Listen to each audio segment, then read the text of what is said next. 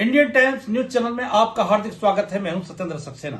11 जनवरी को महिला स्वास्थ्य कार्यकर्ता 5272 पदों पर जो परीक्षा आयोजित की गई थी, उसके संबंध में मैं आयोग से कुछ कहना चाहता हूं। आयोग ने जो सिलेबस दिया था, आयोग का सिलेबस था, मैं पढ़ के सुनाता हूं, स्क्रीन पे भी दिखाऊंगा। सबसे पहले था स्वास्थ्य के निर्धारित तत्व, भारतीय स्वास्थ्य समस्याओं का बाह्य एवं रूप एवं योजनाएं, प्लान, ILO केयर आदि, राष्ट्रीय Indian red cross, Indian council for child welfare, family planning और एसोसिएशन ऑफ इंडिया आदि। और था स्वास्थ्य कार्यकर्ता के कार्य एवं दायित्व। हकीकत चलिए ये पूछिए, ANM के लिए आचार संहिता, समुदाय में लोगों की सलाह देने में स्वास्थ्य कार्यकर्ताओं की भूमिका, स्वास्थ्य के लिए पोषण आवश्यकता, पोषण एवं बीमारी से संबंध, खाद्य पदार्थों का पोषण, आधार एवं वर्गीकरण, विभिन्न आयु वर्ग के संतुलित आहार क्या है। अब जरा हम पढ़ते हैं आपको जो आपने परीक्षा में क्वेश्चन दिए गए। कौन सी साइबर धोखाधड़ी में छोटी छोटी अनदेखी कटौतियां शामिल होती हैं जो कुल मिलाकर एक बड़ी राशि बन जाती है। दूसरा क्वेश्चन है, कंप्यूटर नेटवर्क में हाफ टू हाफ डिलीवरी किस OSI लेयर की जिम्मेदारी है, रिस्पॉन्सिबिलिटी किसकी है। चलिए ये भी देखते हैं। उत्तर प्रदेश में नोएडा फिल्म सिटी के संस्थापक कौन हैं। चलिए, उत्तर प्रदेश में बलरामपुर के महाराजा ने 19वीं शताब्दी में कौन सा मंदिर बनवाया था। हम आयोग से पूछना चाहते हैं, आपका सिलेबस क्या है, हमारे क्वेश्चन ये क्या है, इसका जरा इसका मिलान करें। और क्या आपको लगता है कि हमने क्वेश्चन जो दिए हैं क्या गलत है या सही है। अगर आपको सही लगता है तो कोई बात नहीं, अगर आपकी आत्मा बोलती है कि क्वेश्चन गलत है, हमारे सिलेबस से बिल्कुल हटके है, तो हम उन आवेदकों के लिए जो 5272 की परीक्षा कल दी है, जो रोते रोते आई हैं, उनके हमने आपको वीडियो दिखाए थे, उन वीडियो का थोड़ा देखें और उसको देखें तो आप इस पर थोड़ा सा प्रकाश डालिएगा, क्या सही है और क्या गलत है। और आवेदकों से कहना चाहेंगे, आप हताश निराश ना हो, आप आगे बढ़िएगा। संघर्ष की जिंदगी होती है, संघर्ष की परीक्षाएं होती हैं, करिएगा। और इस पर अपनी हक मांगने के लिए कोई बुराई नहीं है।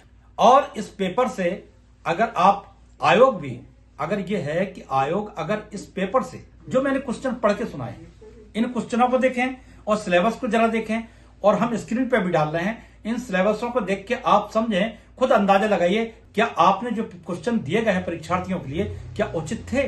अगर उचित नहीं थे तो या तो परीक्षा रद्द करें या बोनस अंक दें। अगर बोनस अंक नहीं दे पाते हैं तो परीक्षा को ही रद्द कर दीजिएगा, और जो सिलेबस आपने दिया है उस सिलेबस के अनुसार ही आपको पेपर फिर से कराना चाहिए, क्योंकि सिलेबस से बिल्कुल हटके पेपर है।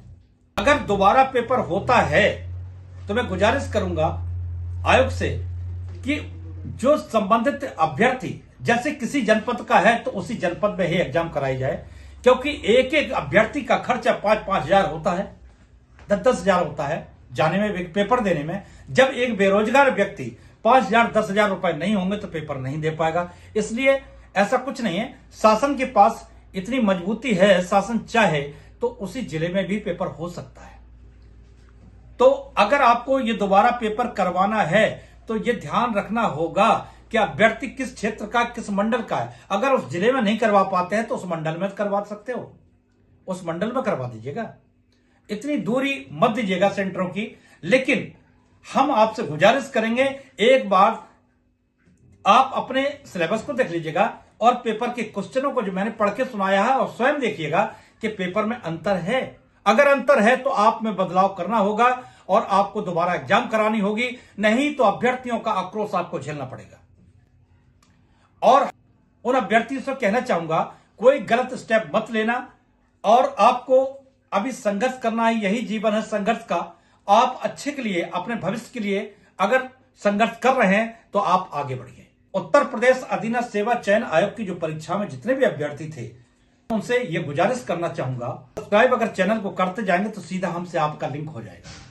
आप हर वीडियो को देखिएगा, हम आपकी लड़ाई लड़ रहे हैं और आपको आगे आना चाहिए, और आप लोग आगे बढ़िएगा और हम आपके साथ हैं।